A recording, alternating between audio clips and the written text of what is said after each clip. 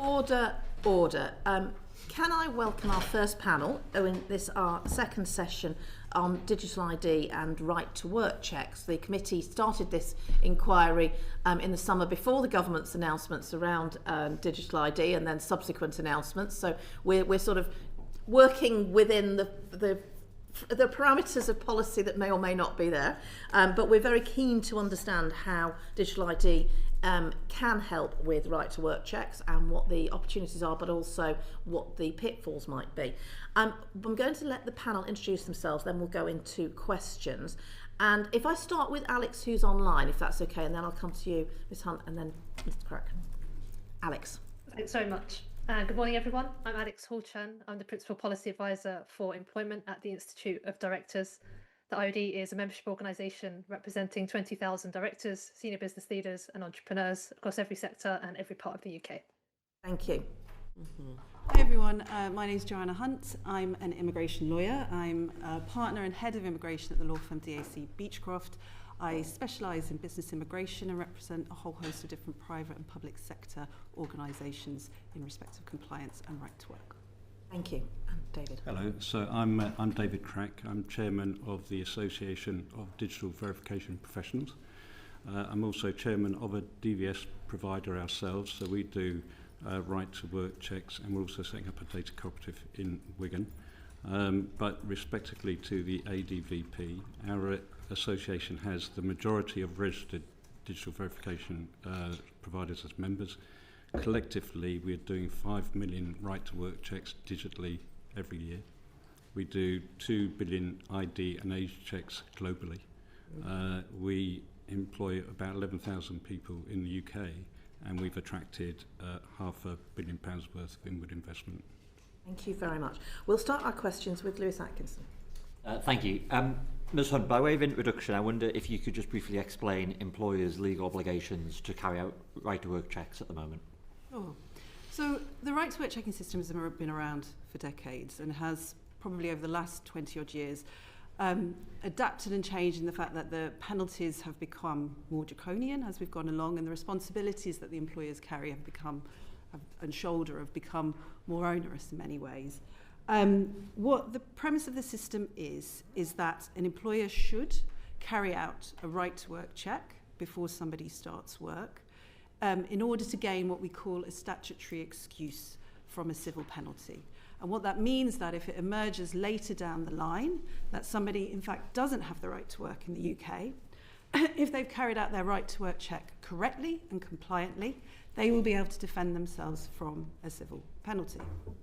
But the way of carrying out right to work checks has changed and has had to adapt, because we've gone from a system which 10 years ago was largely paper-based, where most right to work checks would be carried out via just a check of somebody's passport and a photocopy being taken. But now with the advent of digital immigration status and e-visas, there's had to be new methods found to carry out right to work checks. So in 2019, we had the introduction of the online right to work checking system, or the share code system as it's more colloquially known, which is used now for checking e-visas. So as we stand, we now have, an employer is faced with 3 methods they have to choose from to carry out a right to work check, depending on the type of status or nationality of an individual. An employer can still carry out what we call a manual right to work check, which is a paper-based check, and that's largely really now pretty much limited to British and Irish nationals and certain people with paper-based forms of immigration status. They can carry out this online right to work check that's been around for a few years, and that's exclusively for those with time-limited permission or e-visas. And then there's the new kid on the block from the right to work perspective is the DVS check, the Digital Verification Service check, which is the first time that an employer can actually use a third party to carry out right to work checks for them, and that's for your members, David. And that will still give them the all-important statutory excuse which they need to defend the civil penalty, but that is only available if it's used for British and Irish nationals. So hopefully from that summary you've seen, it's quite a complicated system that we have right now, and it's a lot for an employer to juggle. And the backdrop is that you've obviously got increasing levels of compliance action by the Home Office, and the consequences are becoming more severe as well with the increase in the civil penalty. Thanks. So, just in terms of the Home Office oversight point, could you just outline what circumstances the Home Office currently has oversight of whether employers have carried out those checks? Well, essentially, on a day-to-day basis, not unless they come or audit a business. If it's for an employer to carry out right-to-work checks, it's about ensuring they have the audit trail if they are ever requested to demonstrate the right to work, and that could come about, particularly if an employer has a sponsor license and employs sponsored workers. Any company that holds a sponsor license is at risk of a Home Office visit or audit at any point. So the Home Office could request that information or could do a spot check and see it at that point. For a business which didn't have a sponsor license, the risk of getting an audit and a visit is much more reduced, but it's increased depending on the sector they work in. The health and care sector are obviously one which is more at risk of Home Office compliance action. Hospitality, restaurants, things like that. But for certain businesses, they may never encounter a Home Office visit or haven't for decades, if ever. But one way that the Home Office is changing their approach is they're now being a little bit more targeted in how they're carrying out compliance action. So they're utilising methods such as data sharing with HMRC.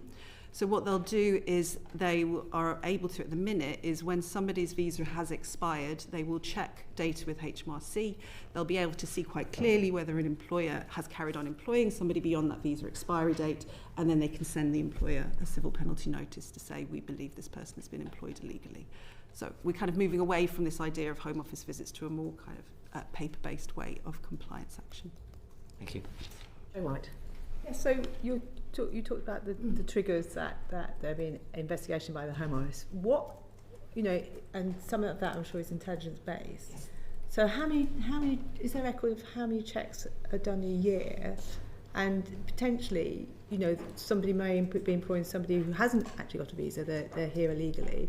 So what checks are done on those employers to actually see whether they're doing the checks? Because obviously it's a legal responsibility, but there's no duty to check to see that employers are doing that. So what triggers an investigation? It will be intelligence. It will be potentially intelligence that you can get tip-offs from people within the business or organisation to say that they believe they're illegal workers, and the Home Office will act on that intelligence. Like I've just mentioned, it can be this trigger from data they've gathered themselves from HMRC where they could see somebody has been employed. It can be even a stop check where they're a raid, so to speak, so they turn up at an address and they check everybody on a building site, at a car wash, and they'll find that people are illegal working. But if you are on a kind of day-to-day basis, there isn't really a way that the Home Office has complete oversight where the Home Office, where the right to work checks are being. So would you suggest there's many employers potentially falling through the gaps who are potentially getting away with it? I mean, it's hard for me to say. Obviously, the employers that I work with tend to be much more community-minded and are trying to do their very best within a complex system. I'm sure if I'm sure there can be businesses, yes, who can make a decision not to do it. So the French say that that the UK is an attractive place for illegal migrants to come and work because the system isn't mandatory. It is mandatory, but there's no checking to see whether the right to work check has been carried out. Would you say that that's a true assessment by the French? I think it's much more complicated than that. I think there are other reasons why we may be an easier place for illegal working to take place. I think there's issues surrounding the fact that illegal working can be carried out in worker relationships that aren't necessarily employment. So we look at the kind of gig economy and things like that. And then there's a separate piece of legislation that's already passed last year, which is going to extend out the remit of right to work checks beyond that employment relationship to other forms of worker status. That is likely to make a difference. But I don't. It's hard to say whether that's the real key issue, that the government that there is no real exact oversight whether employers are carrying out right to work checks on a daily basis for each and every worker. That they get what kind of controls and manages the system, or the incentive on the system, is the fear of the penalty. And the penalty has increased. So a few years ago it was a 20k per illegal worker, you're now up to 60k per illegal worker. And it is that acts as the deterrent and the impetus to abide by the rules of the system. Peter Prinsley. So, do you have a sort of idea in your head? Sorry, I'm Peter Prinsley, MP, Bury St Edmunds, Stowmarket. This fine of £60,000 that you how often? I mean, are there thousands of people being found £60,000 a year, or is it just an occasionally? It's freely available. You can look it up on gov.uk. There is a list there of businesses who've received civil penalties, so they are named and shamed, so to speak. So you can see it, and there are, I don't have them available, but I could provide them, but there are definitely statistics showing how many civil penalties have been given, and they are on the increase significantly from where they were, say, 2 or 3 years ago. We're seeing many more civil penalties being issued. Okay. Chris Murray.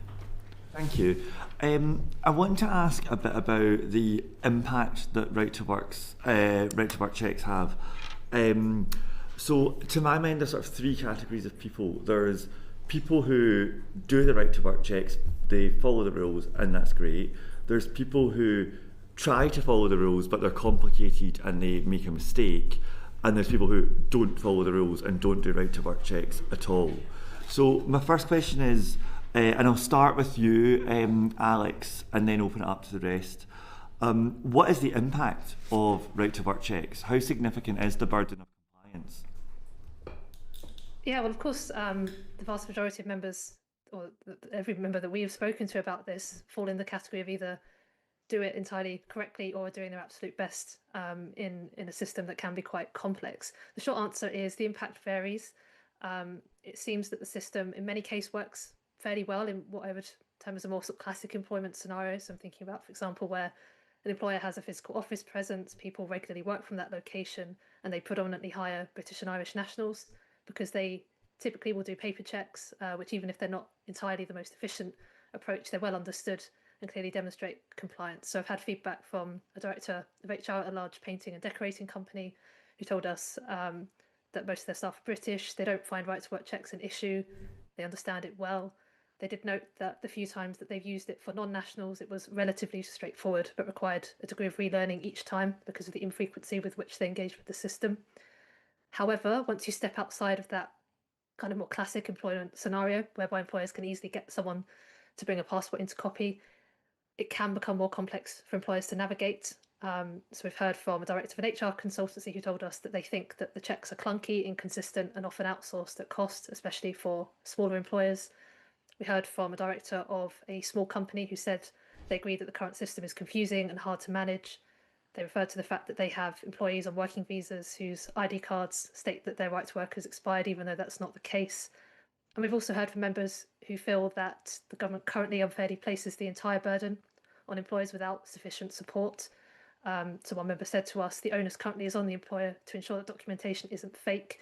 There's only so much employers can do. There needs to be more support from government. So I'd say that the current system does represent a burden for many employers, and we think that digital IDs have a role to play in addressing this, but I'm sure we can come on to this later. We're concerned about the current policy direction with regards to digital ID. Okay, thank you very much, because one of the things that we've heard is that often employers make mistakes or struggle to navigate the system.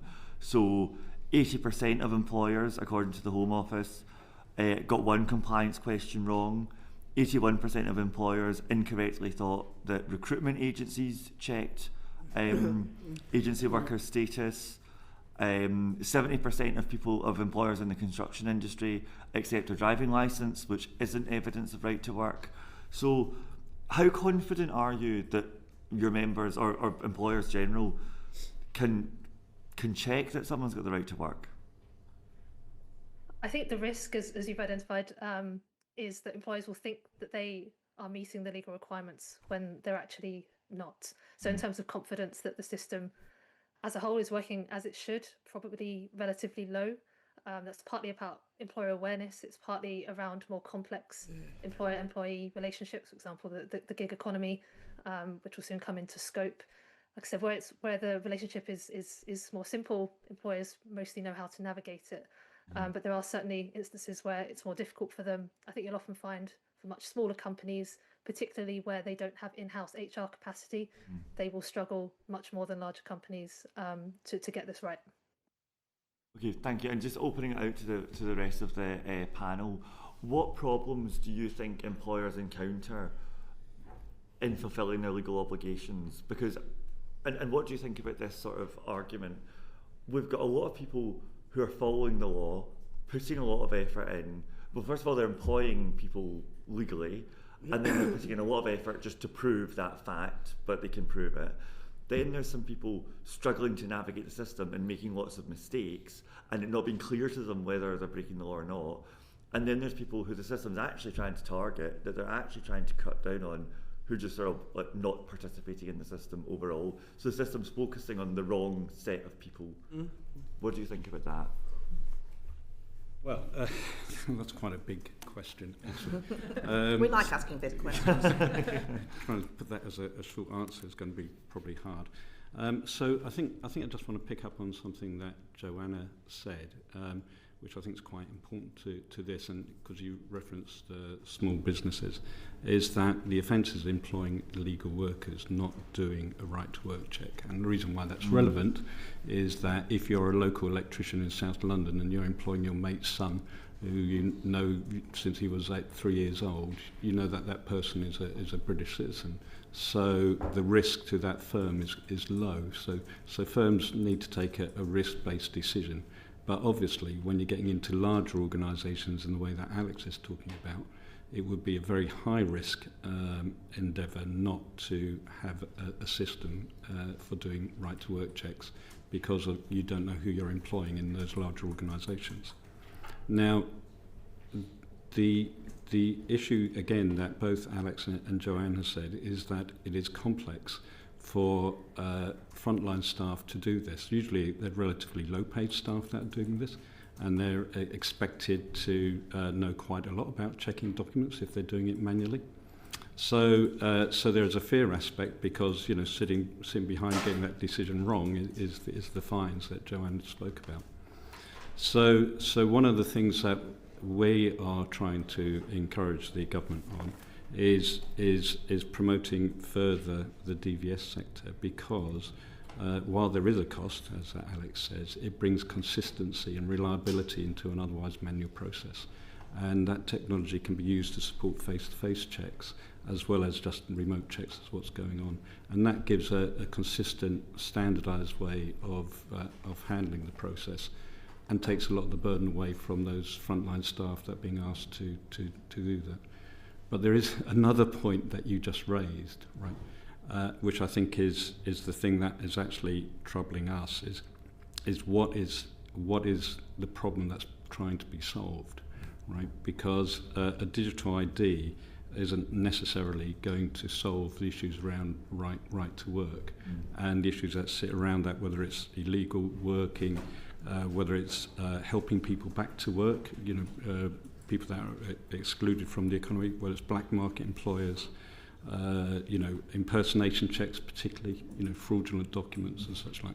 A digital ID isn't necessarily, a government-issued digital ID isn't necessarily going to help in that process. It requires a wider community aspect, and you would be not surprised to hear that we think that the private sector is mobilised, already doing that work, and has intelligence on fraud and impersonation that we would like to share with the Home Office, but there is no one to share it with.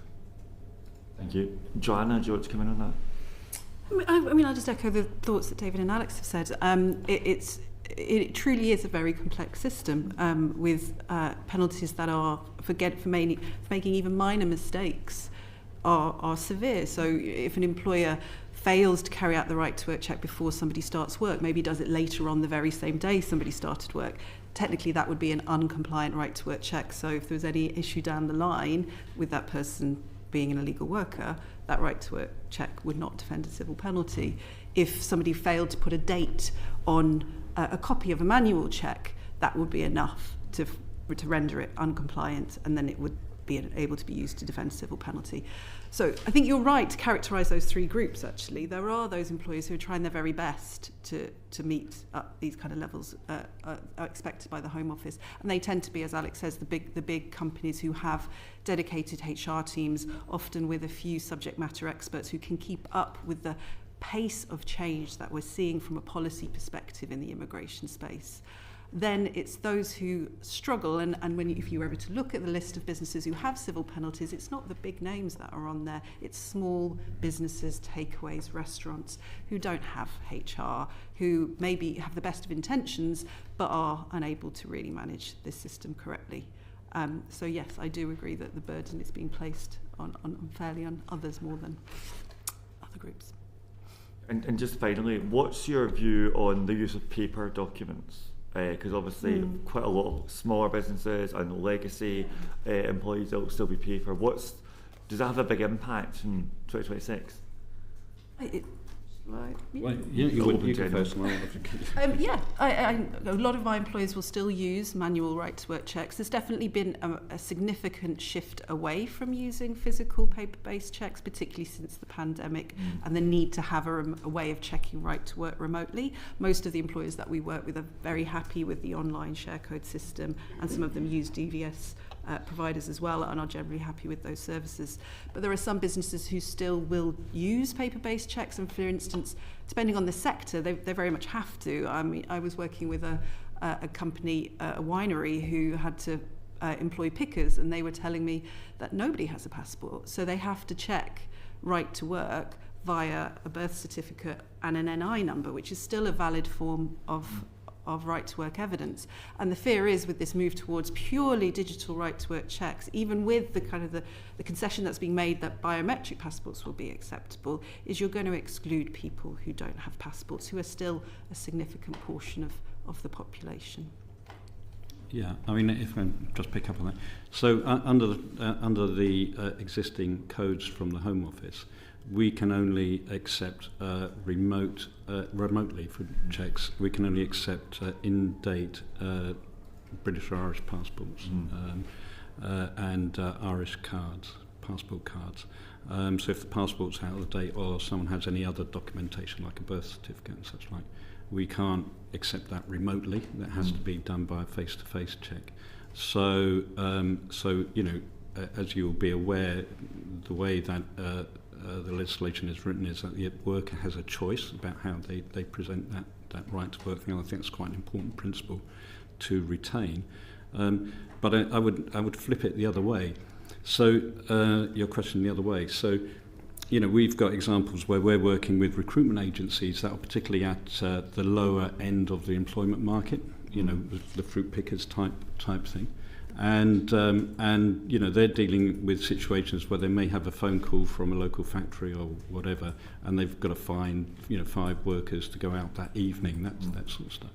Now, because one of the other documents that you can accept remotely is the share code, the e-visa system, they will more likely place someone who's on an e-visa code out to those immediate requirements, because a British citizen who just has a birth certificate has to come into the office, you know, has to have their you know, details checked before they can actually place. So that puts a friction into the system, which arguably discriminates against the, you know, the British workers that don't have the right documentation to do a remote check. So I think there's an alternative spin, which is that digital ID for those workers will actually help get people into employment. Doesn't that pick up on Joe's point earlier of the advantages of a labour market being very flexible and informal is you can fill spaces quite easily and the labour market can adapt within hours to find pickers. The downside of it is that's how it's the vulnerability of it. Just it's a trade-off between those two, isn't it? Do you accept that the two are two sides of the same coin? Well, so yes, right. So the question is, how do you deal with that quickly and effectively, right? And obviously that's why we're here having this debate and such like. But even if things go well with the government-issued identity, you're not looking at that to be used for right to work for a number of years yet, right? Now, one of the restrictions that we have within the trust framework is that after one of our members has done a right to work check, is that check expires after 3 months, which makes sense in the case of a share code. But when you're dealing with someone who you know is a British citizen, there's no reason why we couldn't reissue a reusable digital identity, a reusable right to work identity issued by the private sector. And, you know, there's mechanics to do that. There's suppliers already in the market to do that. And, you know, that can be enacted, you know, this year at relatively low cost to the taxpayer. So there are alternatives that government should look at, as well as just doing a government-issued digital ID. Thank you. So we're joined today by the Chair of the Science and Technology Committee, so Dave Chin Unwara. Thank you very much. Thank you very much for enabling me to guest on this inquiry. And I'm very interested in the costs and implications of the transition to mandatory digital right-to-work checks. And so, particularly, I'll start with you, David Crack. I understand that 23% of employer right-to-work checks use your members. Can you tell us a little bit about what the costs are to the employer? And what the we've heard a little bit about what the benefits are in the comparison to a paper-based checks. Yeah, okay. So that figure of 23%, I think, was originally came from some evidence that we provided to the Home Office originally, and there's not reliable stats on it. So no, there isn't, because we don't know how many right to work checks are being done in the UK to actually know what that's a percentage of. What we do know is that most of the large employers, as Alex was referring to, will be using some sort of system, and you know, we are generally engaged with the larger employers. The area that is less clear is to do with the small, medium-sized businesses, where there isn't necessarily the stats. And although each employer is employing a smaller number of people, there are a greater proportion of them in the economy, of course. Yeah. So that's what gives the difficulty on the statistics. In the question of costs, the costs vary quite considerably, actually. So they literally can go from nothing when it's part and parcel of another pre-employment check to, if it's being a standalone check, of being somewhere around about £1 to some cases £6 if it's going via different providers. So there is a selection in the market, and employers can do their own research and make their mind up. So if I'm a small business and I want to use a digital verification provider, it could cost me between £1 and £6 per... Yeah, so what there will be is what varies in the market is that sometimes there's a registration fee, a set-up fee, which may be a few £100, or there might be a minimum spend to just make that transaction worthwhile. And does that business need to have digital infrastructure? Do they need to have secure web providers or something like that in addition? It depends again on who the provider is. Right. So some of our providers are giving web-based services that will integrate into an onboarding journey that's run by an employer. Right. Others are standalone, completely standalone. And would be using an app-based approach. Right, okay. We can see there might be a challenge for small businesses. Alex Hall-Chen, are any of your members currently using digital forms of right-to-work checks? And is that increasing efficiency, and what are the costs that you see involved? Yeah, so we don't have data on the exact proportion of our members who are using digital right-to-work checks, but I would say that anecdotally, when I'm talking to our members who do tend to predominantly be from SMEs, they don't typically refer to them. When we say right to work checks, they will start talking about paper checks. Of course, where they hire migrants, they will be using digital share codes because that's compulsory. But I'd say the Home Office research that was alluded to earlier, around 79% of businesses still using paper checks, would roughly align with the impression that we get. I think from our perspective, the introduction of the option of digital checks via IDSPs has been welcome. I can see scenarios where especially if an organisation operates entirely remotely. It could be really beneficial, and it is still relatively cheap for an organisation to go through that route. It offers more choice and flexibility in demonstrating compliance, which can only be a good thing. But we are worried about the loss of flexibility in saying to employers that you must do a digital check.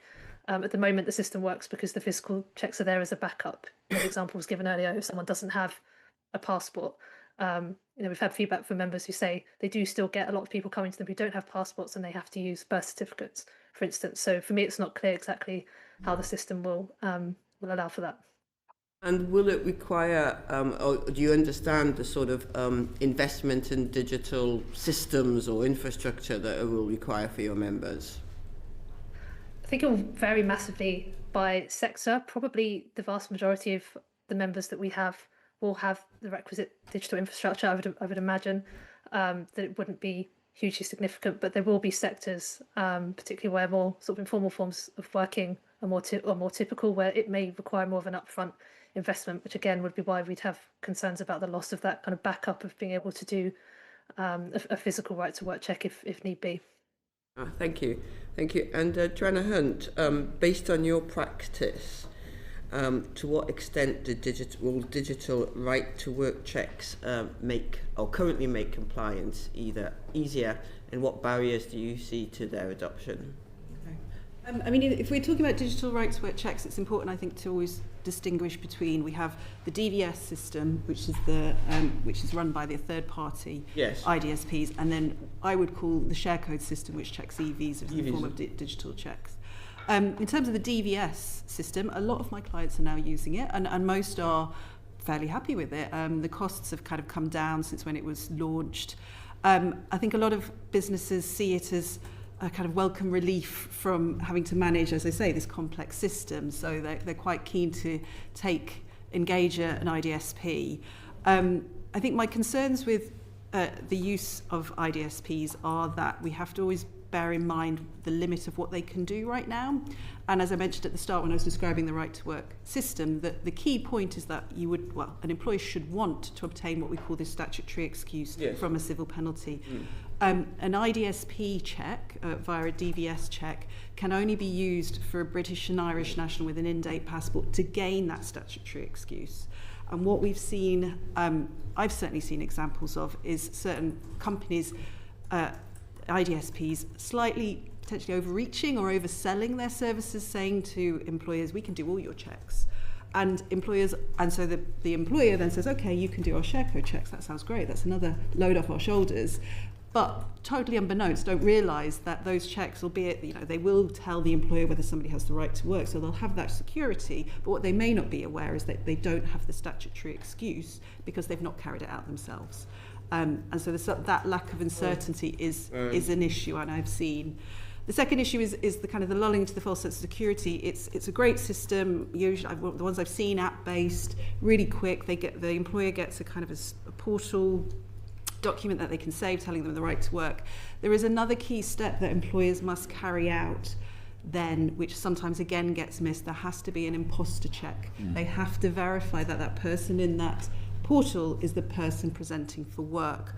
And that, unfortunately, can get missed. And certainly with big businesses where you've got HR, which is dealt with over there, and the person being employed over at a site over there, we were talking about this, I have seen instances, or more and more instances, of impersonation happening where somebody will, and this tends to be more with the share code system. I don't think I have seen it with the DVS system, but they'll borrow essentially somebody else's share code and try and pass it off as themselves. And if nobody challenges that photo isn't the same, you have an illegal worker.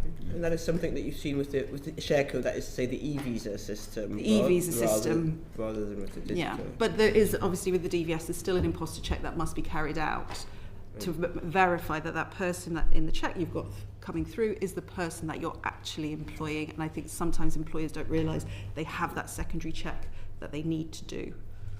Those are some of the issues. But by and large, very popular so far. Thank you. And we can just pick up on that last point about, we see that gap too. It's actually a relatively straightforward problem to solve from a technical point of view. And I think that's one of the things that's missing from the debate, or certainly up until a couple of weeks ago when it was talking about making it mandatory for right to work, is that there are other options available that can be deployed quicker and cheaper that will make a real difference, rather than diverting energy into talking about a national digital ID for right to work, because we're over here talking about something that's a policy initiative that won't deliver for another couple of years. But there are things that we can all do now that would actually make a real difference. Okay. Thank you. Thank you. Belle Ribiera-Addy. Thank you, Chair. I want to start with David and ask how you get into the business of digital verification, if there is any sort of, training or licensing that you have to do in various government departments, because I think a lot of these companies, the layperson might think they are somehow given some sort of right by the government to carry out said checks. Yeah, it'd be great if it was. No, we have to jump through quite a few hoops to to get through to that. And actually, one of the issues is how much that might be coming as a barrier for innovation and for new people entering in the market. Just picking up on an earlier question, there's a lot of downward pressure on pricing at the moment, particularly around right to work. So we're seeing consolidation taking place in the marketplace, and the amount of checks that you have to go through are quite substantial.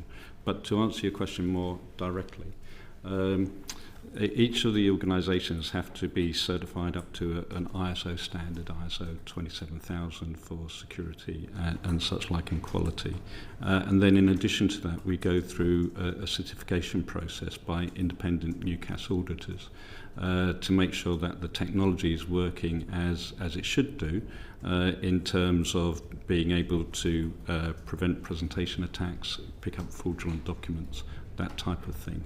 And once we go through that process, then we will be approved as a supplier by Ofdir, and that's the process. One of the things that we're doing as an association is working with other organisations to see how we can then improve the professionalism amongst individuals in the area, and generally improve the awareness amongst computer professionals of what digital ID is, what we call personal data sovereignty, people being able to own their own data. And there's a massive education process that we see ourselves needing to undertake to progress that. And what we're slightly disappointed in is that once the Data Act was passed last year, is that the government hasn't actually yet put its weight behind talking about those reforms and what they mean for individuals. We've been deflected off onto something else, which is not helpful. And I suppose given the amount that you have to go through to be able to get certified to do this, do you see it as a lot of strain on an individual organisation or a company essentially to have to do the same level of? It is. I wouldn't say strain, but it's not straightforward. You have to know what you're doing, and you have to be sure about the tech. But there is some controversy about that amongst our members about what the hoops we have to jump through. But really we're behind that, right? Because this is a trust framework, and for that trust framework to work, we have to be working to standards that are rigorous, that are auditable, and consistent. So it's in all of our interests, though it is a burden, it's in all of our interests to meet that burden, because it's the bedrock, it's the infrastructure upon which everything else sits. Okay. I mean, we've talked a lot about people who don't necessarily have all of the documentation, and you talked about sometimes people coming with a birth certificate, and there are a small cohort of people in the country who have British birth certificates but technically don't have the right to work. Are you able to accept just a birth certificate? Okay, so that plays into the grey area that Joanna was talking about, around the difference, the differences of where the technology is at and the responsibilities that are placed on an individual employer. Right. There is a vouching process that you can go through, which is a Home Office process, to give someone, to prove their identity. That vouching process, based on birth certificates and whatever, can also produce a reusable identity that we argue could, under certain circumstances, provide a reusable right-to-work digital identity to individuals. Now, one of the things that we see, there's a couple of organisations within our members who are very active in the digital inclusion space, and running outreach programs to marginalised groups. And what we've actually found is that if you approach that with some imagination and actually talk to people in their own language, not as tech speak and such like, then you can get a higher level of engagement rather than actually having a sort of top-down imposition of you must be doing this. So it's back to the earlier point. It's providing incentives for individuals to be able to receive the benefits from going through that process and having a reusable private digital identity. Thank you very much. And Alex, I wanted to ask, have there ever been any technical difficulties or cyber security issues that impact your members' ability to carry out digital right-to-work checks, and what do you do when that happens? What's the protocol? So it's not a topic that we've had feedback from members on. What I will say is that we did poll members on the concept of digital ID for right-to-work checks last year, based on a government-issued ID. And one of the key concerns that a lot of members raised with us was cybersecurity, the risk of fraud, and what the employer role within such a system would be. So although it's not something we've had feedback on in relation to the existing system, it's certainly a concern that our members did raise to us in terms of any introduction of digital ID requirements in future. And of your members that may be using digital ID forms of right-to-work checks, is that having any impact on their efficiency? I think where they are in use, it's certainly helpful. I think I mentioned earlier that there'll be some organisations that are entirely remote-based, something that we see more of now, where actually it's very difficult to carry out physical right-to-work checks. I heard from one member who said they had to actually delay someone's start date because they just simply couldn't align diaries in order to meet in a sort of shared location to do the physical right-to-work checks. So for organisations like that, there's clearly big advantages to having that option to go down the digital route. But as I mentioned earlier, we do have concerns about grey areas and around what it means for employers who do wish to continue to use physical right-to-work checks because for whatever reason they find those easier. Thank you. And David, I want to ask, in written evidence to us, the Association of Digital Verification Professionals, your association, said that rather than a single national digital ID, stronger digital checks are required to reduce the illegitimate sharing of e-visa codes and impersonation. Could you expand on that a bit? Yeah, so it goes back to the point earlier on. You know, this committee is obviously picking up on the issue of digital ID and right to work because of the government announcements and such like. But the whole point of the trust framework is to focus on outcomes and delivering those outcomes at speed and at reduced cost, right? So as an industry, we are mobilised. As I said earlier on, we're doing 5 million right-to-work checks. So we're out there, we're doing it now. And rather than talking about changes that need legislation, quite controversial, a lot of pushback, as we'll probably hear later on, there's initiatives that we can do now. The point I would like to come back to, as mentioning earlier on, is the question of fraud signals. We have a responsibility underneath the trust framework to share fraud signals between us as providers, but we don't have anybody to share that within the Home Office. And as an association, we met with the Home Office, the modern slavery teams, the fraud teams, and the right to work teams. We have this intelligence, right? It's useful for threat intelligence, and it's useful for operational intelligence, right? But there is no one, literally no one, who wants it. And that was one of the messages that we're quite keen to call out and emphasise at this committee, because there's that intelligence is actionable and can be used now. You don't need to wait 4 years, 5 years to do it. You just need to decide to do it.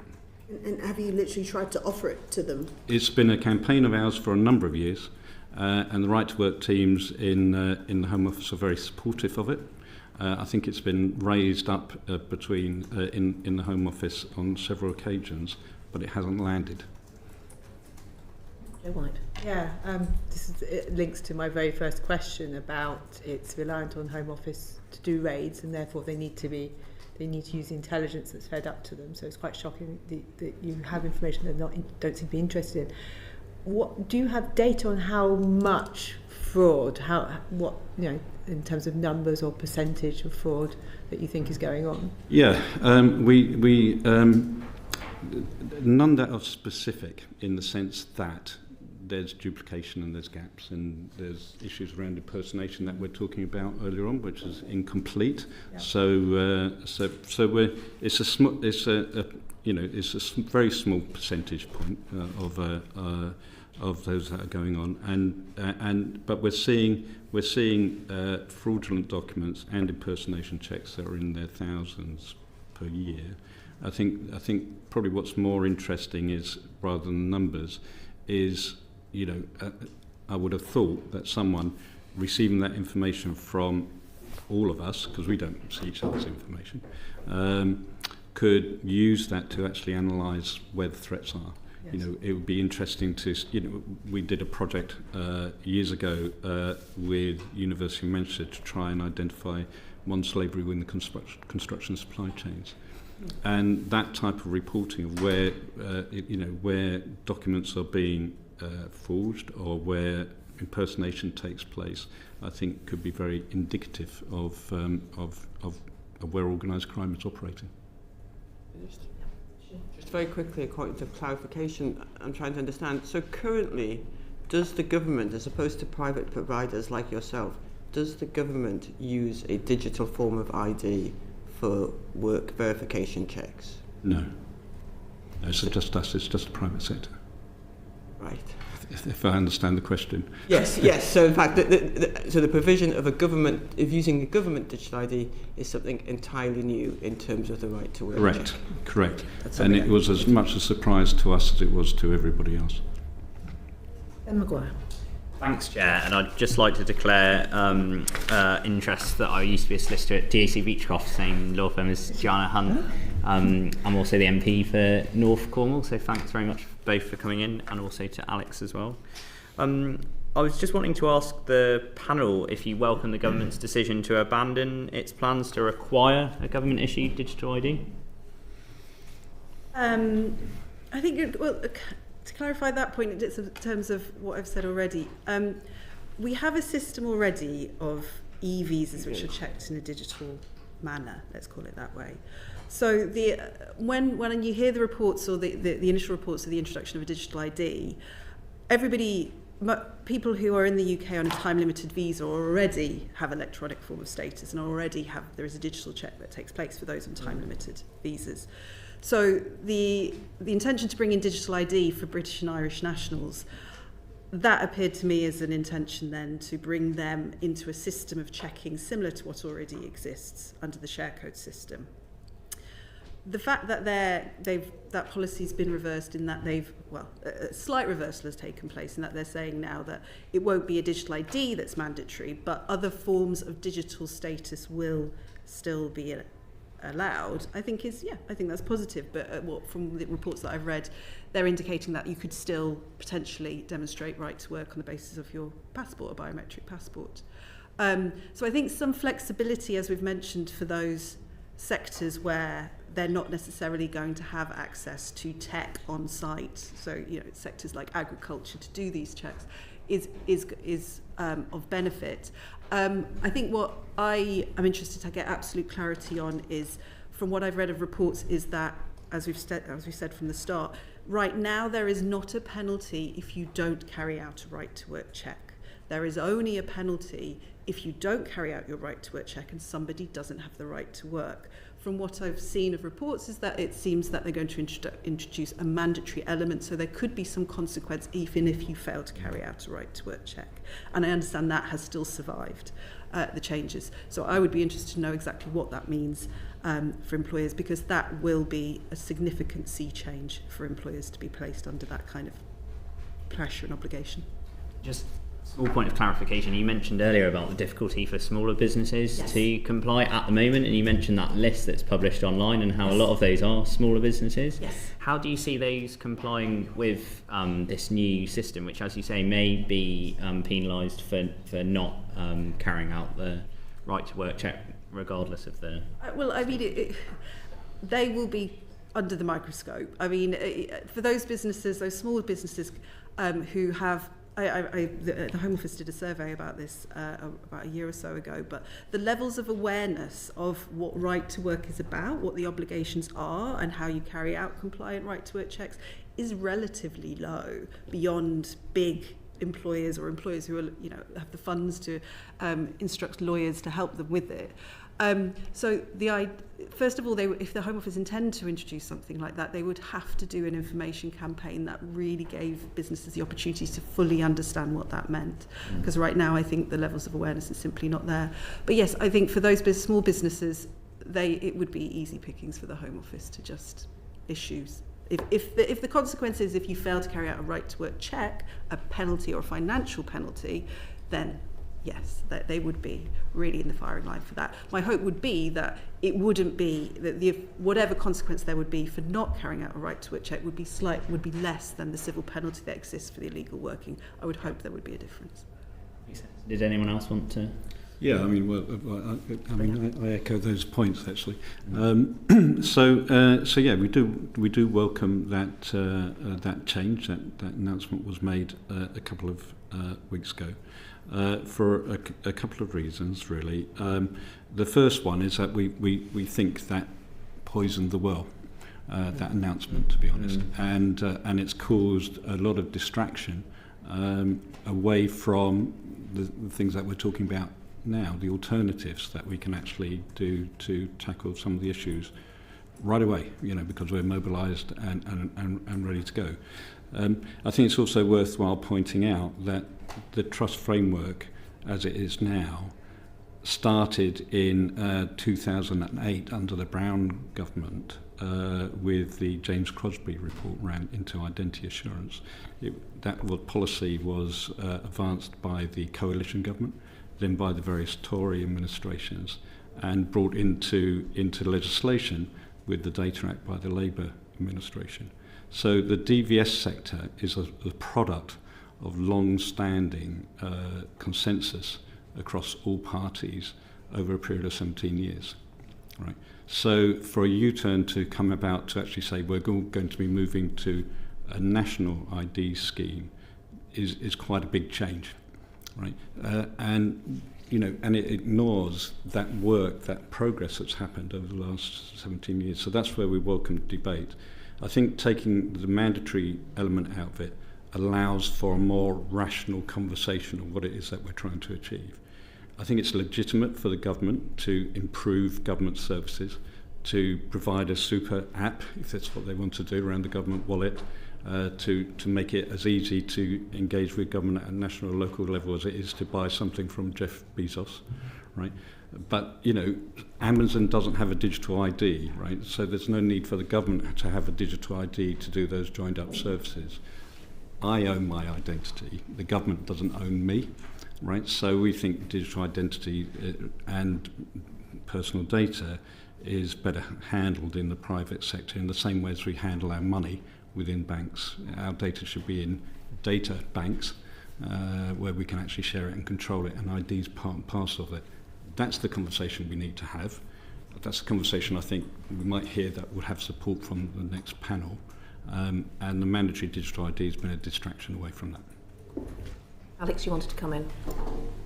Yes, thank you.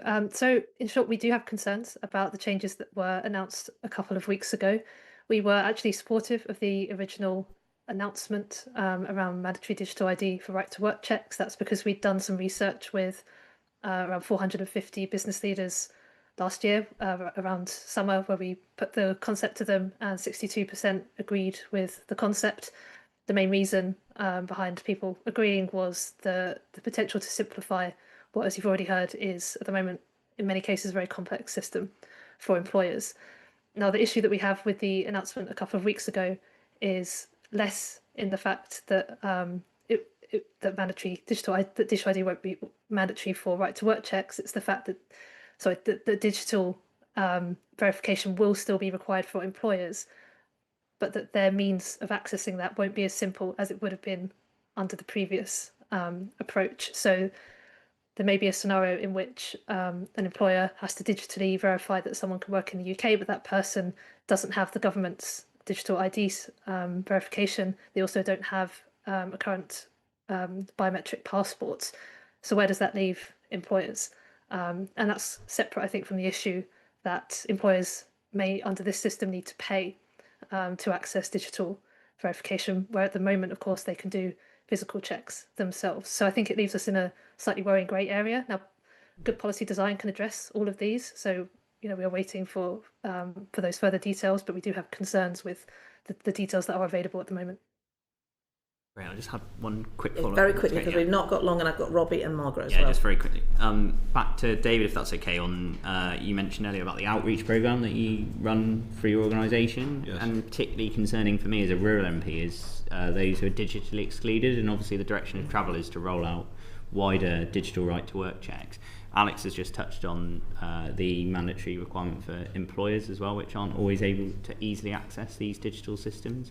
Could you just very quickly tell us what work, a bit more specifically, your organisation's doing to try and... Yeah, there's a number of organisations that are working on that. Obviously, there's you can get your ID done at the post offices and such like. But there is that vouching policy. In terms of the work that we're doing, we're particularly working in the voluntary sector with marginalised groups. So we're picking up lessons that we picked up talking to the Singapore government, where they do their outreach programs. And we're looking at how we do those outreach programs within the marginalised groups of post-industrial towns in the northwest, who have more issues than we know what to do with. And actually some of those constituencies do cover rural areas as well. And we've actually found that with the government digital identity, no one necessarily has that on a badge, but if you give people an identity that they identify with, then your exclusion issues begin to decrease because we all like wearing a badge. Robbie Moore. Just a quick follow-up question, actually, and it's more targeted to Miss Hunt, if that's all right. It was just, what are the key things that the government would have to consider in setting guidance for the rollout of digital right-to-work checks? Well, clarity is key. The majority of right-to-work guidance is freely available on gov.uk, but it's not easily found and it's not easily understood. I think there could be clear instructions given on that. The Home Office has got better at doing stakeholder engagement sessions with employers. I've even seen them doing more training sessions, actually, offering training to employers on right to work. I think they would need to roll that out quite significantly with the digital ID. And I think it's also improving, and a point we haven't mentioned, and maybe you're going to talk about this more in the next session, also making sure that the data that they're going to hold is accurate as well, and that the employer can have faith in that. You may talk about this more with the e-visa session. There has been, and I'm sure they'll mention, issues with the data that's been held from a right to work perspective being in some cases wrong or not available, and the employer is then left trying to work out whether they can employ an individual, and the poor individual sometimes even misses out on starting their job or losing their job. So making sure that everybody can have faith in whatever system is created, that it's accurate, accessible and easily understood. Thank you. Margaret Mullane. Yes, just a quick question to David Crack. As we kind of move towards digital and the kind of pathway generally is going that way, would you have concerns on hacks and the data hacks and that kind of thing as well? Well, it would be naive to say that you're going to have a foolproof system, and even whatever controls you actually bring in, the nature of fraud and criminality is it's going to move and transform into big private companies. You were saying about private that have been hacked. Okay, so thank you for that clarification. I think the thing is that if you're dealing with a company that is providing services or doing something, whatever it's going to be doing, their primary motivation is to sell you stuff, whatever that stuff is. Their primary motivation is not necessarily to look after your data. And I say that in contrast to what's taking place in the DVS sector, and back to the earlier question that was asked, right? We are organisations who are sole responsibility is to ensure that we are combating fraud and we are introducing trust into the organisation. So, you know, you wouldn't give your money to an organisation that wasn't a bank or wasn't a building society. You give it to organisations that you know are trusted and regulated and are going to look after your interests. They have that responsibility. And within the DVS Trust framework, we have that same responsibility, but it's about your data. And I think the conversation that needs to have is that if you're going to be giving your data to anybody, I think it's less of a risk to give it to a company that's job is only about protecting your data. Okay. Did that answer your question? Yeah, it does, thank you. Margaret, do you have the other questions? Yes, I do. If I could ask Joanna, actually, what do you think the impact will be on the right to work checks, on like the Home Office's ability to actually crack down on illegal working? Because from the evidence you can hear that some people will never get a visit. Do you think that this is going to be progress, really? So do I think that digital ID will have an impact in terms of reducing illegal working? Yeah. It will have some impact, but I don't believe it will be the magic bullet. For reasons as I've explained, the digital ID idea or policy is likely to affect the ability of most British and Irish nationals in terms of how they evidence their right to work. Currently, anybody on a time-limited visa already has an e-visa. Whether the plan is to subsume the two together, I'm not sure of at this stage. The instances of right to work that I see, or instances of illegal working or problems with right to work that I see in my practice and with the businesses that I support, surround pretty much exclusively those on a time-limited visa. So it will be things where somebody has overstayed a visa, somebody has breached the conditions of their visa, or as I've already said, somebody has impersonated somebody with a visa. This digital ID project or policy, I don't totally see how that will impact that world already, because we already have a system of e-visas and digital right to work checks. And I think, as David's mentioned, is attention better focused on making those systems work better than introducing a wholesale new digital ID system. But in terms of what the benefit I do see, though, and I think this is why, as Alex says, employers are keen on it, is the reducing of complexity. Because as I mentioned at the start, you currently have 3 methods of carrying right to work checks. If we have this digital ID system, I would imagine some assimilation, and hopefully that would produce an environment where employers have much more clarity on what they need to do, because right now all they want is immigration policy to remain calm and consistent for a period of time, because the upheaval has been quite substantial over the last few years for them. And to David, the government has stated that the digital right to work checks will enable it to get a good record of checks. From a tech perspective, how easy do you think the Home Office are going to be able to achieve this? Well, you know, for a government to roll out digital IDs is a big programme, right? It's a big undertaking. And, one of the issues that comes up with under the trust framework, where you start having personal control over your data, there's huge uplift to the economy, a lot of benefits for individual organisations. But it also means a massive change to the way that back office systems work. Right, so when you're looking at it from a government point of view or a GDS point of view, you know, those back office systems are not a minor thing to change, right?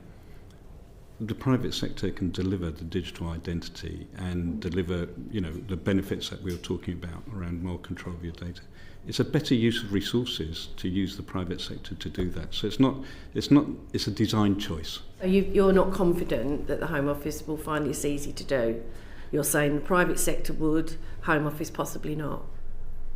There's the tech issue, which is challenging, right?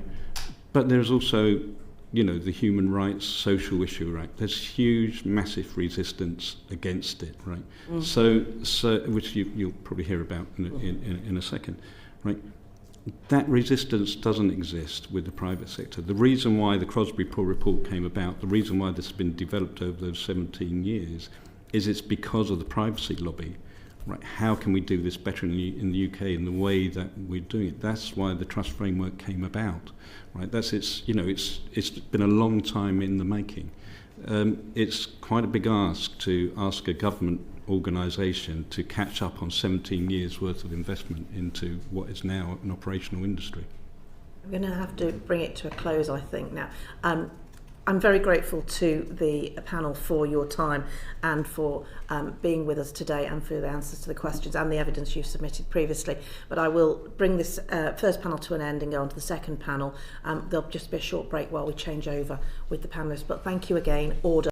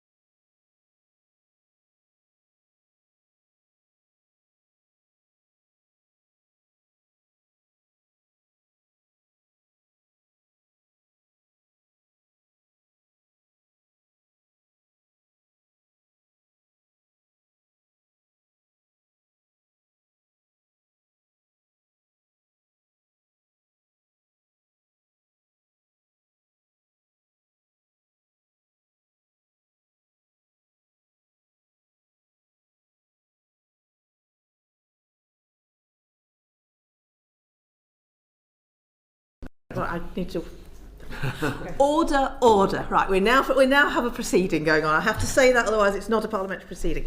Thank you very much to our second panel, could I ask you to introduce yourself, starting with you, Kuba. Hello, my name is Kuba Jablonowski. I'm a lecturer in digital sociology at the University of Bristol, and I was a co-investigator on a research grant that researched the transition to e-visas at the initial stage, which was still the EU settlement scheme. It was a project funded by the Economic and Social Research Council. Thank you. Hello, thank you very much for inviting us here. My name's Monique Hawkins. I'm Head of Policy and Advocacy at the 3 Million. The 3 Million was set up after the EU referendum to represent EU citizens, and EU citizens were the first cohort that were we called it the guinea pigs for the e-visa system, which is now rolled out to 10 million people. Thank you very much. We're going to start questioning with Jo White. Yes, well, thank you very much for coming today. So the rollout of any new government scheme is always fraught with difficulties. It always has the bumps and checks that have to go along. But how effective do you think has it been for the rollout for the e-visa system? What have been the challenges? Well, that probably depends from whose perspective. From the Home Office perspective, the rollout was indeed quite efficient. Before Brexit, EU citizens were not registered on any kind of database. They didn't have any form of regulation of their immigration status. Digitization enabled a very quick process of registering millions of people onto the system. So in that sense, in terms of the bulk, it was quite effective. But that also means that errors, if they occur, they also occur at scale. And this is a problem from the user perspective. So from the user's perspective, we've seen a lot of people whose status, we undoubtedly seen a lot of people who applied very quickly for status, got it granted quickly, but we also saw hundreds of thousands of people who were stuck in backlogs for a number of years. And then we also saw a number of people who weren't able to prove their immigration status through View and Prove. And this is, I think, that key difference to tease out from the perspective of the Home Office. Those things are marginal, but a marginal problem in a system that has 10 million people in it may be affecting hundreds of thousands of people at one time. So in my work, in my research work, I focus on those glitches or systemic problems in e-visas to understand how the system works and how it could potentially work better. Yeah, so from our point of view, I have a feeling that the e-visas, that Brexit basically provided an opportunity to introduce e-visas, but they were really, really rushed. There was a very small beta trial done in 2018, really tiny. It got of digital right-to-work checks. It was audited by Government Digital Services, and the comments were, yes, this is fine as far as it goes, but you need to do much further checking. You need to do testing with people who are not, who are digitally excluded. It is definitely not okay to get rid of physical documents in favour of this digital system.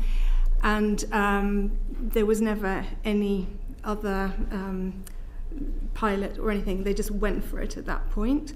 I think, would it be helpful for the panel if we kind of explained what an e-visa check actually involves? Because people might think, oh, it's just easy, you produce a share code. Mm-hmm. But we have graphics that go over 2 pages that show the actual steps involved. And just very briefly, you need to find the right website. This is as the individual trying to prove their status. You've got to go on there, you've got to put in an identity number, which is usually your latest passport number. It's not a stable number like a national insurance number throughout your life. It can change, and that itself causes problems. You enter that, you enter your date of birth. If you're lucky and the system recognises your details, then you get sent a code on either your phone or by email, which you then have to put in. Then you get to see your status. Then you press a button to say, I want to produce a share code. Then it asks you what type of share code, because there's multiple types. Then eventually you get the share code, which is like a 9-digit alphanumeric code. You then give that to the employer, who then has to find a different website, not the same one you just used, put that in with your date of birth, and then it will say you've got the right to work. Now, because there's so many steps, it can and absolutely does go wrong at every single one of those steps. So you've got a cohort for people for whom it will never work because they're very digitally excluded, and there are, I've got statistics from Digital Nation ID, you know, there's even this year there's still 8 million people who just lack digital skills. You've got situations where it will never work for anyone, which is when there's no Wi-Fi or no connectivity to the internet, because the Home Office insists it has to be a live check. And then there are a lot of people for whom their individual record has been broken in some way.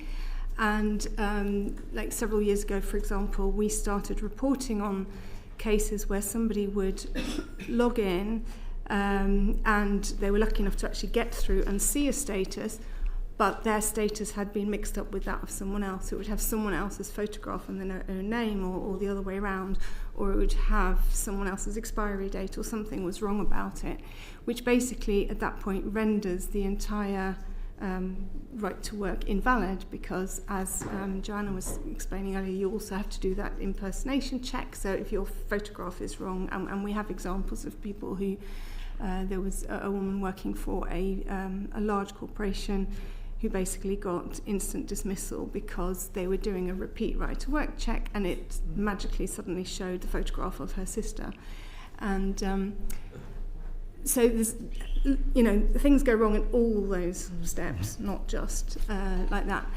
And that would be okay if there was a very effective mitigation on solving those problems. But we just see countless reports of people who report the problem and it takes months to fix.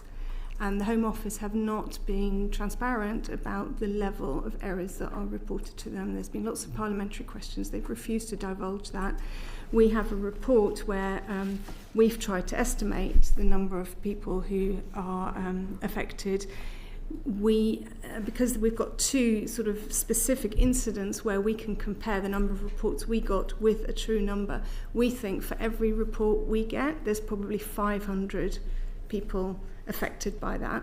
So given that over the last few years we've had close to 2,000 reports, we've come up with a figure that we think it could be close to 1 million people who've had impact at some point. The Home Office say they don't recognise that figure, but they're not prepared to give any figures of their own.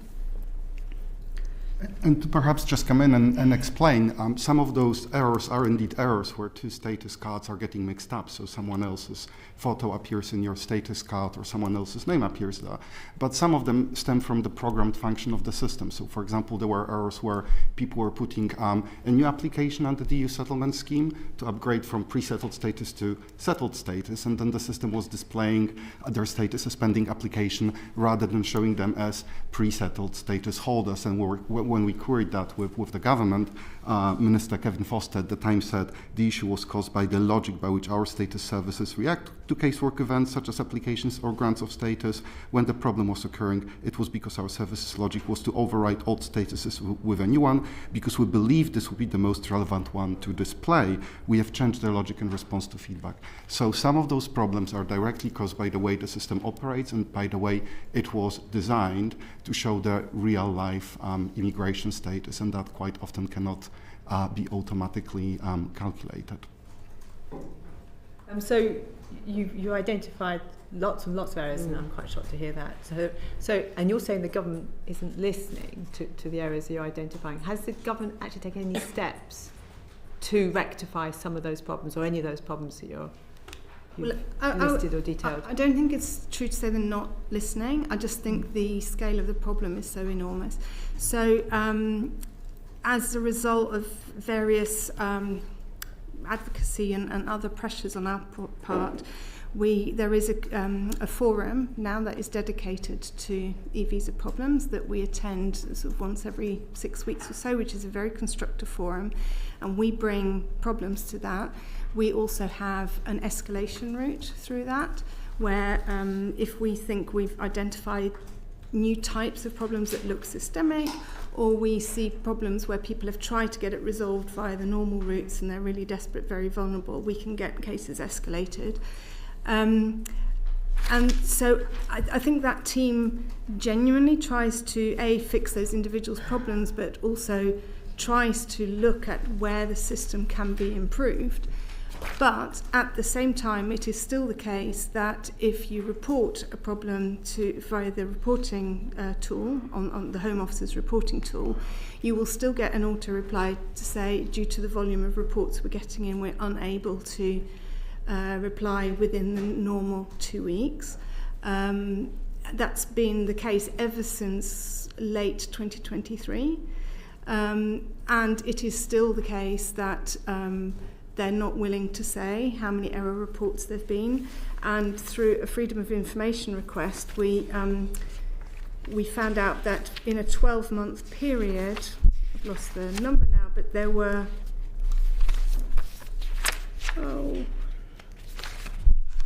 there were 483,000 calls made to the e-visa resolution call centre over a 12-month period.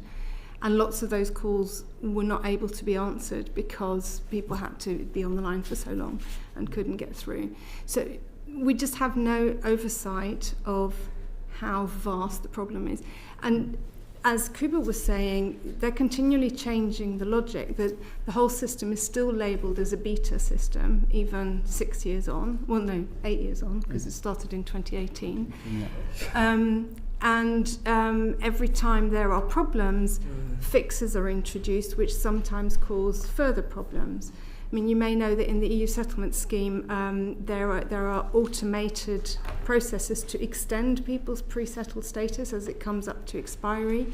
There's also some, and what we found was a whole section of several thousand people, I think it was in March last year, who had achieved settled status, and then suddenly they looked online, they'd gone back to pre-settled status. So there's quite a lot of these system-wide bugs that are caused by trying to fix other problems introduced. So the whole thing is fragile. And I think to understand just why it works like that, it's useful to think about it not as a system, but there's a number of systems linked together. If you look at the View and Proof website, you will see a singularity. It does say beta on it if you go and Google it now. But that's just the interface. Behind the system, there are over 90 different casework systems from which information is drawn in real time. The biometric information is in a different system to immigration records, and identity details are in a different system. And that's, to us, that's the source of the problem, and the government is doing, or the Home Office is doing nothing to address that. So if you think about immigration documentation, in the past we had the kind of singularity of a biometric residence card. If you think about digital documents, we had this fantastic COVID passes. The QR code is invisible because it now expired, but it still sits on my phone. I can screenshot it, I can WhatsApp it to you, I can generate a new COVID pass should there be a need in the NHS app. But that works of a singular NHS number. In all those 90 case working systems, there is no single stable user identifier. So the system is computing the identity of the person whose status is being checked on the fly at the time of generating and checking the share code. And this is we see those errors. This is we see the problems where somebody else's details suddenly pop up in your account because the system confuses people or it assigns the wrong status to the user that is querying it. Peter Prinsley. I was just interested in what you just said. I'm Peter Prinsley, MP for Bury St Edmunds and Stowmarket, about the NHS number. Mm-hmm. So everybody has an NHS number. They're issued with an NHS number when they're born. And anybody who accesses NHS services has an NHS number. So is it not the case that we already do have a digital ID called the NHS number? And would this not be the obvious solution to much of the difficulties we've been discussing all morning? People who are born abroad obviously would not have the NHS number. They would have to apply for it. But and it's not to me to prescribe a solution, I suppose. But I originally come from Poland. We are born with a personal ID number, all the biometric records, all the immigration records, a lot of welfare and health records. I attached to that number indeed. So in December I had to go to pharmacy, get some prescription drugs. I just recited my personal ID number. I showed my ID card, and that was sufficient to get the prescription. There was no. I did it all online remotely. So yeah, that would be neat indeed. I think the problem here is that UK immigration records started being digitized in around the year 2000. There were multiple different casework databases used in that process. They would have to be retrospectively fitted with those identifiers that we talk about for the system to work in a coherent manner. And I think that's why the Home Office is not undertaking that kind of exercise. But yeah, it would probably help identifying people across different platforms. If the Home Office were to join itself with the NHS, things might improve. Joined up government is something that comes up on many of our sessions. It's definitely a smooth service with the NHS, that I can say. Thank you, Laura. Thank you very much, Chair. And can I just say that joined up government is a challenge. joining up legacy systems of the numbers that you spoke about, Dr. Jablonowski. I think you said there were 90 legacy systems that were being used. Yeah, this is something that we know through a Freedom of Information Act. A colleague of ours, Kaylin, who sits over there, actually asked the Home Office to provide a list of all the immigration casework databases, and the Home Office declined that Freedom of Information request, saying it would be too costly to generate that list because there would have to be over 90 different casework systems on it. It's not even that. One case can be recorded onto different systems. At some point, immigration applications were being decided on one casework systems, but appeals were decided on another. So you could have one case with two different outcomes on two different databases. Yes, and that's underlying the e-visa system. Now we've heard from the previous panel that the government currently does not provide any form of digital ID for British and Irish citizens, and the e-visa system is for non-British and Irish citizens. And you've described very vividly some of the failures of the system, and indeed I'm sure many MPs have received a lot of casework on this. So, and then the costs, both sort of economic and personal. What should the government learn from the rollout of e-visas when implementing mandatory digital right-to-work checks? And what does it say about their capacity to introduce major digital programs in your view? And I'll start with Monique Hawkins. Thank you. So any solution for a new type of digital ID would inevitably have to be layered on top of the Home Office data on what someone's immigration status is, because fundamentally, obviously, your identity and your immigration status combine to say whether you've got a right to work. So what we say is the Home Office must first invest massive, genuine efforts to try and clean up the e-visa problems. And it's not good enough to say, well, it works beautifully in 95 or 98 or 99% of cases. When you're talking about 10 million migrants, as Kuba said before, a small percentage affects a huge number of people. Can you just clarify, how many e-visas are there? 10 million now. There are 10 million e-visas. And what is our entire working age population?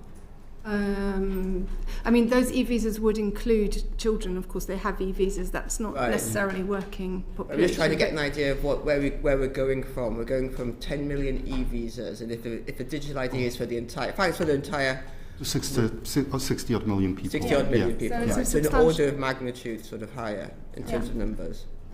But basically, the system, which we've objected to the design of the system from the start. We had alternatives. We've got a whole alternative proposal, which would have a stable identifier. The visa system would sit, or the proof of status would sit with the individual, rather than this repeated having to go to a website to get a repeated sort of one-off token to give to someone else, this clunky system. I would want there to be a system where if you reported a problem, that you could expect to have it fixed within 2 days, and for there to be full transparency about the level of errors that are being reported.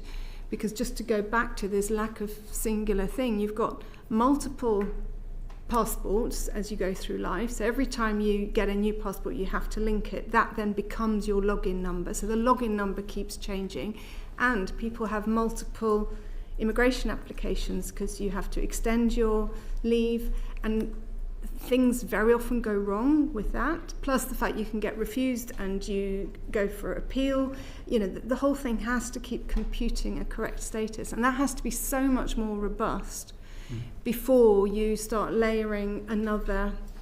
If you created a new mandatory digital ID, that wouldn't fix any of the mess that's there unless you address that first. The proposal now is for mandatory right to work checks, but without a mandatory digital ID. So there wouldn't simply be one identifier necessarily. So the issues that you're talking about would be carried on because there wouldn't necessarily be one identifier for a right to work check. The people we represent already have mandatory right to work checks. Nothing will change there. Those mandatory right to work checks are done via e-visas, and we say the e-visas have an unacceptable high number of errors in them. Thank you. And Dr. Jablonowski?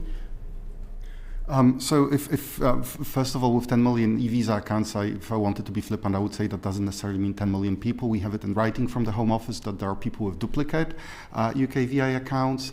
And then in terms of resolving that problem, it also can create problems. So we know that the scandal of merged identities, about which you may have read, I think about a year or a couple of years ago, when there were multiple people with merged accounts identified in Home Office databases, most likely resulted from the Home Office attempt to clean it up, and they had that program of cleaning up those identity islands, where they would have multiple identities on UKVI for the same person, and then they merged those, but they also accidentally merged accounts that shouldn't be merged. So, as Monique says, if digital ID sits on top of that, without cleaning the data that underpins it, it's just going to be the same story over again.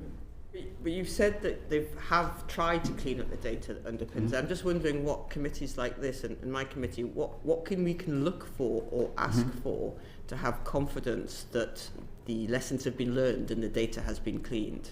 You could be asking for a tokenized form of ID. What we have now is transactional ID. So every time you need to prove your right to work, every time the system computes you from the data that is traced in all those databases, and then says to the employer, this is good enough for now. Next time you have to do the check, that computation happens again. A tokenized form of status, which could be built around a stable identifier, a number, which would then resemble a COVID pass, would going forward, it could take years, but going forward it would clean this up. And most forms of digital ID are tokenized. So there is something stable that doesn't change over the course of the years, that is not like a passport number, which every 10 years will be different. It's stable, it's assigned to you, it never changes. And if immigration status was tokenized, then that would potentially resolve that. And funny enough, this is what people who build parts of the Home Office infrastructures are recommending. There's been an article recently by a person who works for Entrust, which is the company that developed the USS application app, the one that you used to apply for status, and he says, what the UK is not yet doing is issuing a token of status to applicants, digital or otherwise. Instead, the UK approaches that data subjects are entitled to establish an online account to monitor their status, and then certain authorized parties are entitled to check that status online. This approach is secure, but is it sufficiently flexible for citizens carrying digital wallets? So that's the problem. You don't have something that would reside on your device and that would stably link your identity to your credentials. But your right to work is not necessarily stable. If you're on a visa, it changes. It can change. But you can attach a new status to the token, just like my COVID pass expired. So I do have a stable NHS number. One NHS app, multiple COVID passes could be generated and then terminated, depending on whether I still have the entitlement or not. So you can still revoke an entitlement attached to a token, but the token is stable. You get a new vaccination, it goes into the system, but it's still there and his. Likewise, you did a new test and you put the records in and it then says you were entitled to a COVID pass to travel. So you're basically saying you have your number, your stable identifier, and then you attach to that your right to work status. Precisely. And if that is a digital ID, and the government is not making digital ID mandatory. I just wonder whether this is a technical question, whether you can have stable tokens without having a stable digital ID. In my view, digital ID or some form of ID would help. Yes, this is. Yes. I think that's. I mean, we've had this alternative proposal on the table for a long time, and the Home Office did engage with it publicly for a few months before they rejected it. But the entire proposal could be just summarised in one of our pages, which is the current system is just all these multiple screens. The proposed system is give individuals something that sits with them, that can be scanned and doesn't change under your feet. Because what we hear a lot is that I mean, we spoke to one person who was a refugee, and it took her years before she got her status. Then she was so pleased to actually finally have an e-visa. And then one day she looked and her photograph had got corrupted. Instead of her photo, it had 3 little mini pictures of someone else. She phoned the resolution centre. They said, no, it looks fine to us. We can't see a problem. She struggled for months to get it fixed. We eventually got it fixed through this escalation route. She was very pleased it was fixed. Then several months later, the photo disappeared altogether. And so she, again, couldn't create right-to-work share codes. And she is testified now that she basically every single Sunday, it's part of her routine to check her share code, because it can work today and not be working tomorrow. We're seeing that in the travel arena so much, and people are just really terrified about this thing just disappearing. So that's a really moving story, and I think part of the challenge here is that those non-British and Irish citizens who don't have a stable right to work, a stable proof of that is something very important which they look for. But British citizens who automatically have a right to work, many of them object to that exact same feature, that it is a stable ID which they can't escape. And so we do have different user requirements, as it were. And I think that's something that we need to be aware of, and the Home Office needs to reflect on. But I think the context is that for migrants, they're stuck with having to prove themselves regardless. So at least give them a decent system rather than a rubbish one. Yeah.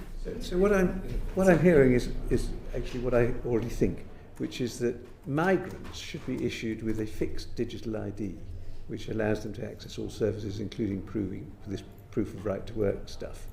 And it's the way that this comes and goes for people arriving in this country, which is so problematic. I mean, we're going to have a big difficulty selling mandatory digital ID to all the citizens of this country. I've no doubt that'll be difficult.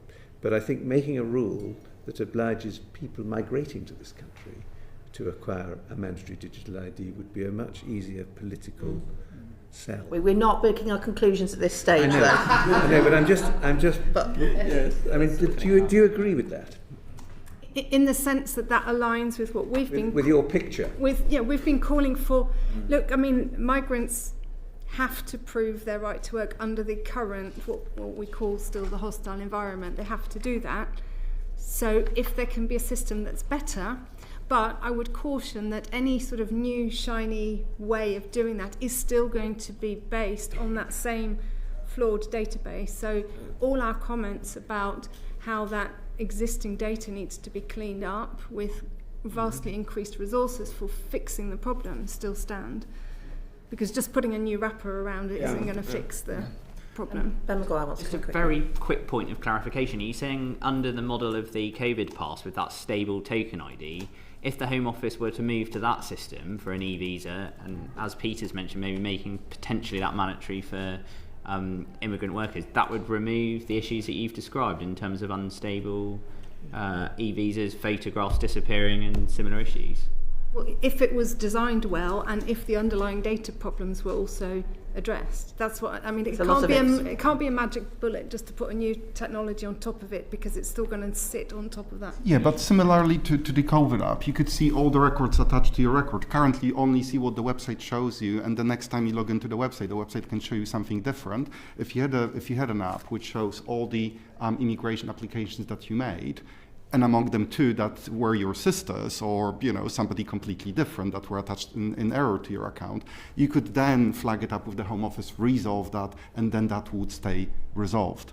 In the current system, it's like a whack-a-mole, it gets resolved and then the computation happens again for the next check, and you again have this problem. So that would help. And then if you had this kind of solution, if you had a QR code, for example, that could be scanned, you could bring right-to-work checks in the scope of DVS checks, for example. Having that stable token then. Yeah. The stable identifier is the thing that's the key, whether you call it a digital ID or whatever you call it. It's a stable identifier, not just your passport number that changes every time your passport or whatever it might be. I can leave the committee with some of this. Thank you. I'm going to bring in Margaret Mullane now, and back to you, Peter. I think you've painted, both of you, a very good picture of what's wrong really, and the impact on people trying to navigate their way around the system and actually use the system. What do you think the impact is on employers? So if you can't sort this out and you're employed by someone, and then you spoke about the woman in the high-powered bank and she was let go, that aside, what other effects would you say with employers? Well, I think it also goes back to what the previous panel was saying, that there's a big difference between big employers with HR departments and who have also legal departments that can help their existing, for example, if you are employing someone at a high salary, you've selected that person, you really want that person. If their e-visa isn't working, you will work with that person to get to the bottom of it if you believe that they've got the right to work. There's a thing called the employer checking service that the Home Office provide, which you can then go to get an alternative assurance that that person is working. But if you're, or has the right to work, sorry.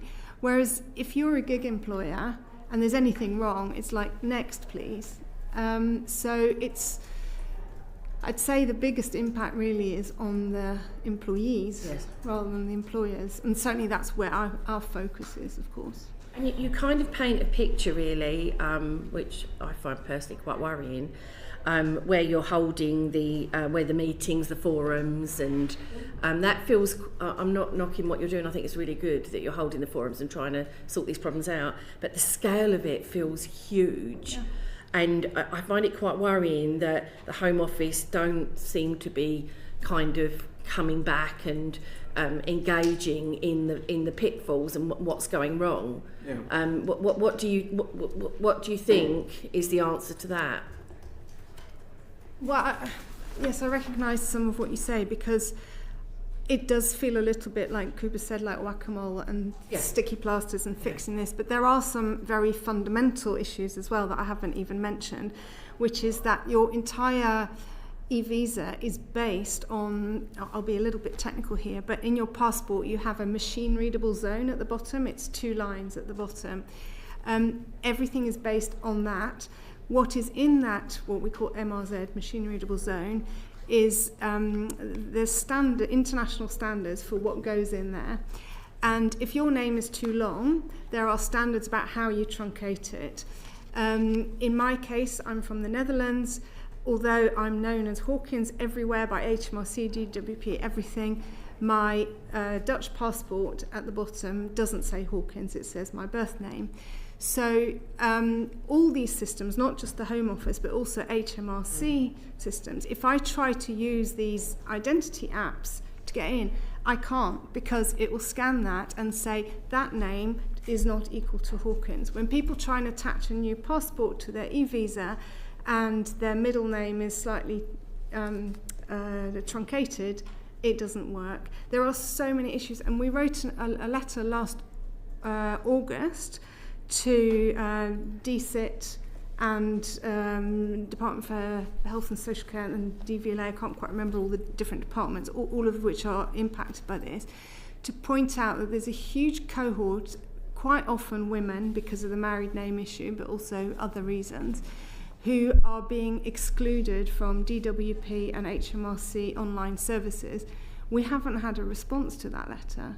It's a very, very detailed letter setting out. I can provide a copy to the committee. When did you send the letter? In August last year. Right. Yeah, I can send a copy to the committee. But, you know, and that is just one aspect of all the many digital technical problems. In my view, the biggest problem is it was all rushed out at such breakneck speed.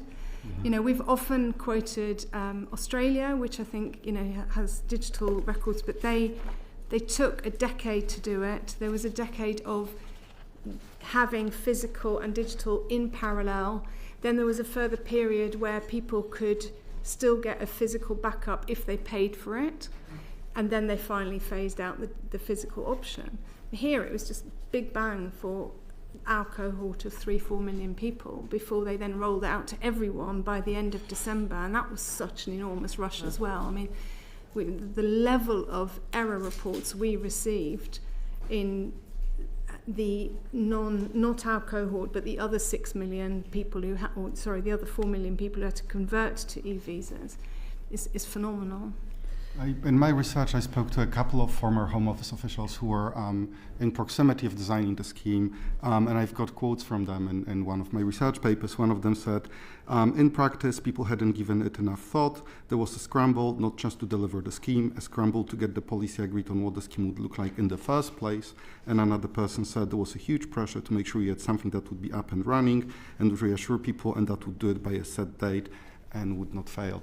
And then that civil servant started talking about the 80-20 principle, saying that if they designed something that was good enough for 80 people, that would do because Brexit had to be done. So I think that kind of explains, and maybe it is a lesson to be taken forward in how these things should be rolled out, and about the need to have a sort of some kind of backup solution working in the background whilst the website or the app or whatever else it is still says beta on it.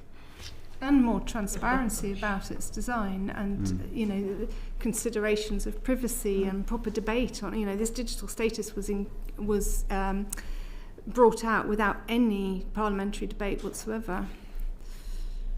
And my final question is, and I was quite alarmed by what you said earlier, where the Home Office aren't answering really. So on the importance of safeguards when they start rolling this out, but if they're not kind of responding to what's already going wrong, are we confident that when they roll this out, they'll put the necessary safeguards in and then respond if it doesn't work, do you think? Do you mean when they roll out a sort of an ID for British and Irish citizens as well? Yes, and but to be honest, I have still no understanding or clarity of what this new thing would look like. I don't know whether British and Irish citizens would be brought down to the level of a share code system, or whether we would be brought up to a level of something that's a bit more like the COVID pass. There's no clarity on what it, you know, people talk about a digital ID, but without any detail. A digital ID can mean one of 1,000 things. So I just don't know. And the devil is a bit in the detail here, and it may seem a little bit obscure and technical that we say, you know, this is the transactional way of doing ID and it needs to be tokenized, but this is really what it hinges upon in terms of, and it's not to say that there would be errors in the other system, but at least you could resolve them and keep them resolved. Thank you. Peter Princely. Thank you. I'm quite confused, actually, having sat here all morning listening to what it is we need to do. It seems to me from what I've heard that we do need to have a digital ID of some sort, which will improve matters. Politically, the issue that I believe we have is the gig economy, and the idea that people see people working in delivery businesses on the back of bicycles and working in car washes who are being many times paid in cash. I think also working in nail bars. The strong suspicion is that these people, if they have employers, don't have employers who are doing any sorts of checks. And how do you see a digital ID system resolving some of these issues that worry so many people? This is not my area of expertise, but I don't see how it does resolve it at all. If you have companies that don't do checks, then I don't see how just changing the technology of the checks will make any difference to whether or not they do checks. I mean, because all we're talking about is really a different flavour, a different technical flavour of checks. So if you weren't doing the checks now, why would you do them tomorrow? Just because the technology has changed. And I think, as Monique said, this kind of goes outside of what we do around specifically right-to-work checks. And, you know, as you alluded to, the problem of the gig economy is not a problem of ID verification. It's a problem of precarious work and people being desperate enough to take that work. Nobody works cash in hand because they like, with probably some, you know, rare examples. So it's a much wider issue, I suppose. Definitely a standardized form of right-to-work checks would enable more employers to do it easily, but would it address it all? I'm not sure. Thank you. Is there a country that does this much better than us that we could model our activities on, do you think? Digital ID? Yes. The M-Citizen in Poland is a pretty good application, which has been, it was rolled out within the last few years, and it enables it enables really quite efficient processing of both right to work. Well, we don't have right to work, or Poland doesn't have right to work checks in the same sense, but if you think to the moment where where millions of Ukrainian refugees arrived to Poland very quickly. One of the reasons why they were able to be put through the national welfare and employment system so quickly was because there is the PESEL system, the personal identification number system, the healthcare records, the employment records and the tax records will be aligned with that. So the Polish case. And now the kind of the app built on top of that enables all sorts of things like accessing healthcare. So that would be one example worth looking at. Thank you. But there are plenty others. Can I just ask, because I think last November the Home Office has moved to Atlas, the single casework system. Have you seen any changes, any improvements? Not improvements? Well, that's as far as I understand it, those are the systems, the casework systems for dealing with immigration applications. But then the e-visa, the proving the status you have, comes from a platform called the PCDP, the Person-Centric Data Platform. And that takes feeds from Atlas and other things. So you still have that problem of you've got things coming from different sources. And there is a report by the independent chief inspector for borders and immigration that picks up on Atlas and raises some concerns about how Atlas works. That's quite technical, and without going into detail, just wanted to see if there'd been any change. But I think what we've learned is that there's a lot to learn from the rollout of e-visas and an awful lot that can be improved on e-visas. Can I thank the second panel for their time and the answers to our questions. We will obviously be working now on the next stages on this, but we learned an awful lot this morning. So thank you very much. I'll bring this to a conclusion. Order.